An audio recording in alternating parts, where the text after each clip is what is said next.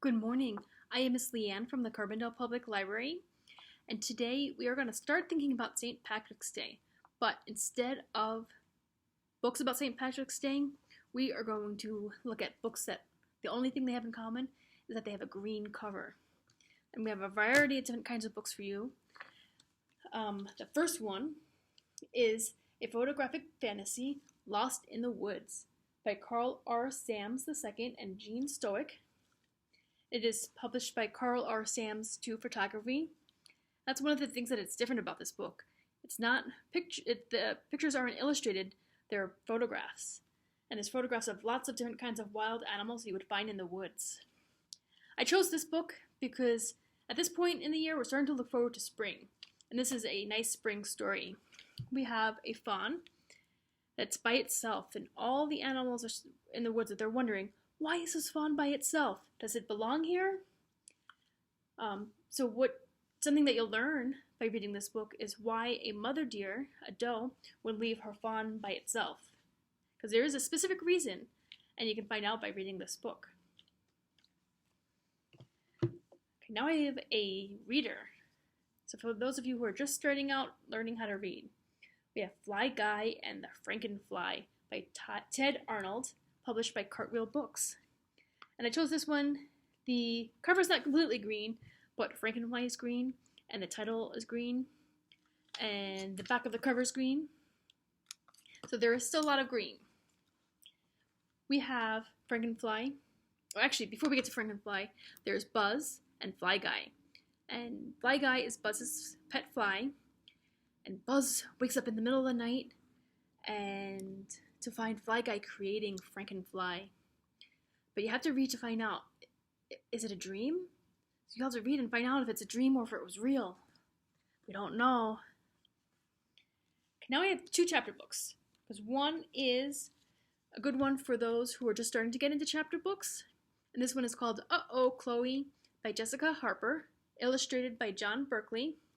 And Cleo is from a family with 6 kids. And things can get a little crazy with 6 kids. One day, an accident happens, and a toy hits her on the head, and she has to get stitches. So she tells us the story of how it happened, about getting the stitches, and they had a little party at home later on. So you get to find out about that too. And it's just a fun little read. Next we have Scooby-Doo. Scooby-Doo, The Fright at Zombie Farm by Laurie S. Sutton. And what's fun about this one is you get to help make the story. So the gang here, the Mystery Inc. gang, is visiting a farm, and it turns out that it's crawling with zombies. But you can help make decisions on what the gang should do. And there's 12 possible endings, so you could read it more than once, and each time come out with a different ending. Because you get to, like I said, you get to help make decisions of what's going to happen, or what the gang is going to do. Now we have our nonfiction book, which is a How to Draw Manga. This is Drawing Manga, Martial Arts Figures. It is by Masaki Nishida. And we have a variety of drawing books here, and we have more in this series. So you can learn how to draw manga vehicles, I think animals. We also have other kinds of books, other kinds of figures that you can draw, other animal books besides manga, and other vehicle books besides manga. So we have lots of drawing books. This one, like I said, focuses on manga, and there are a variety of different kinds of figures you can learn how to draw, and then they also give you an idea of for a comic that you can make for each figure. So those are the books that I'm going to tell you about today. And now we are going to zoom in so you can see how to make our St. Patrick's Day gnome.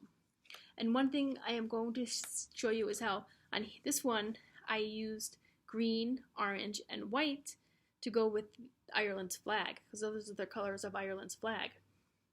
I think the one I'm going to show you when I show you how to make it, I think the only thing that's different is the ones that I used for the hands. So these are more like he's wearing mittens almost.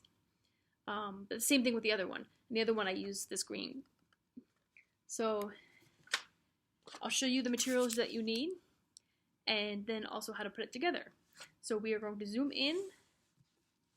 Okay, so you will need paper. You can either use white paper, and you can use plain white paper and crayons to color the colors that you want, or you can use the colors that I use here: green, orange, and I did my mittens in green this time, but you can do them in white. In the beard, you can do it in white or orange. So you'll need green, orange, and white paper if you have colored paper. But like I said, don't feel bad if you don't have colored paper. You can still do this project. Just use the crayons and white paper. Now these are my patterns here. I will have in the Facebook comments, there will be patterns for the hat, the beard, the boots, and the mittens. But you can make your own.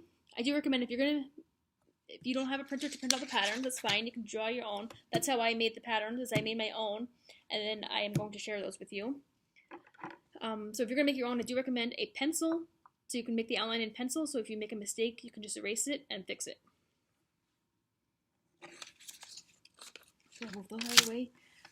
For the nose, I used a pom-pom, but I know not everyone has pom-poms around. Actually, at home I don't have pom-poms, but at the library I do.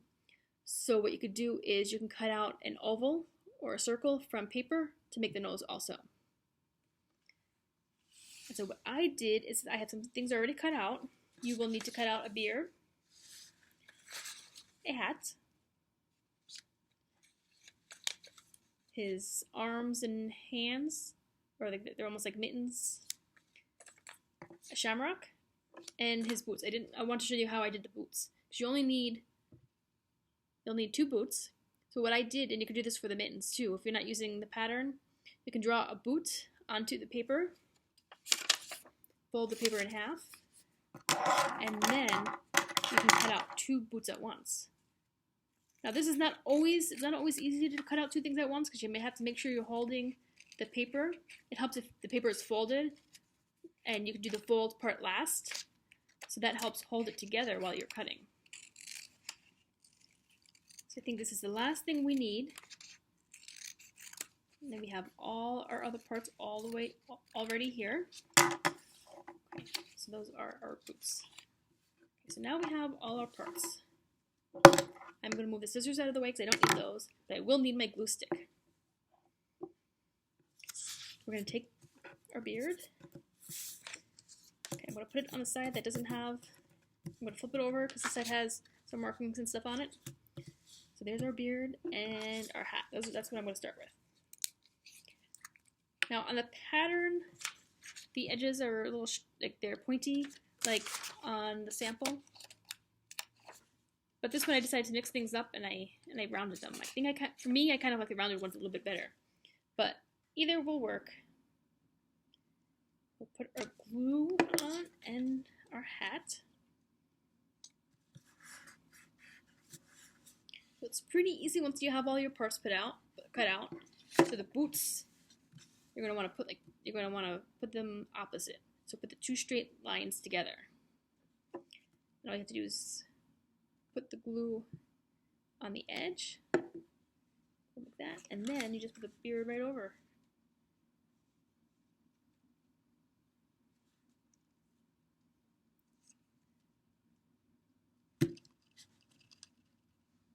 So I'm going to move them over a little bit. Once you get them where you want, you can press down to make sure they stay on.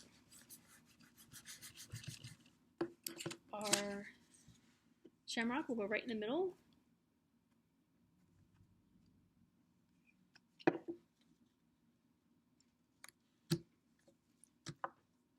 Oops. Gotta press that one down, it doesn't want to stay. And for the pom-pom or your paper nose, just put some glue right there. The hat is hanging over his eyes, and it's coming right to his nose. And then he's holding his beard, and the shamrock cover up his mouth. So now we are going to put he's going to be holding the shamrock. So we're going to put our glue on, just You can put it on the whole thing or just the edge. I just put it on the edge.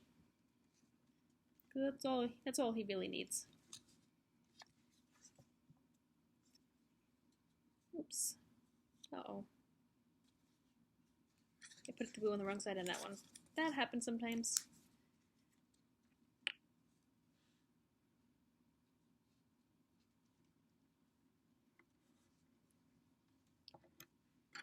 Oops.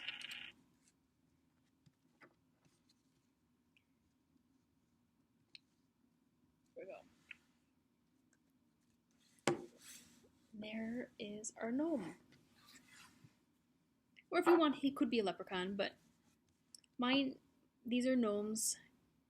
So I hope you will look at some of our green books, and I'll have more on display downstairs where our children's section is currently.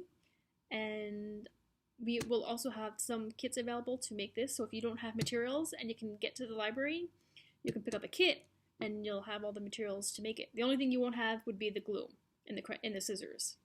But all the paper parts and the pom-pom will be in the kit with instructions and the list of books that I talked about and some other green covered books. So I will see you again probably next month, and I hope you have a good time with our craft. All right, bye.